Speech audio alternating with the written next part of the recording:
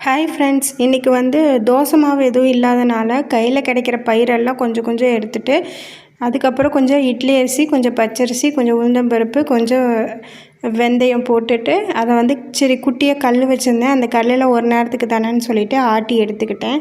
இது புளிக்க வைக்கணும்னு அவசியம் இல்லை. நான் ஒரு 5 மணி வாக்கில் ஆட்டி தோண்டியிருந்தேன். ஒரு 8:30 வாக்கில் ஊற்றியிருந்தேன். தோசை சூப்பராக வந்துருந்துச்சு. ஃபஸ்ட்டு எப்படி இருக்குமோ என்னன்னு தெரியல.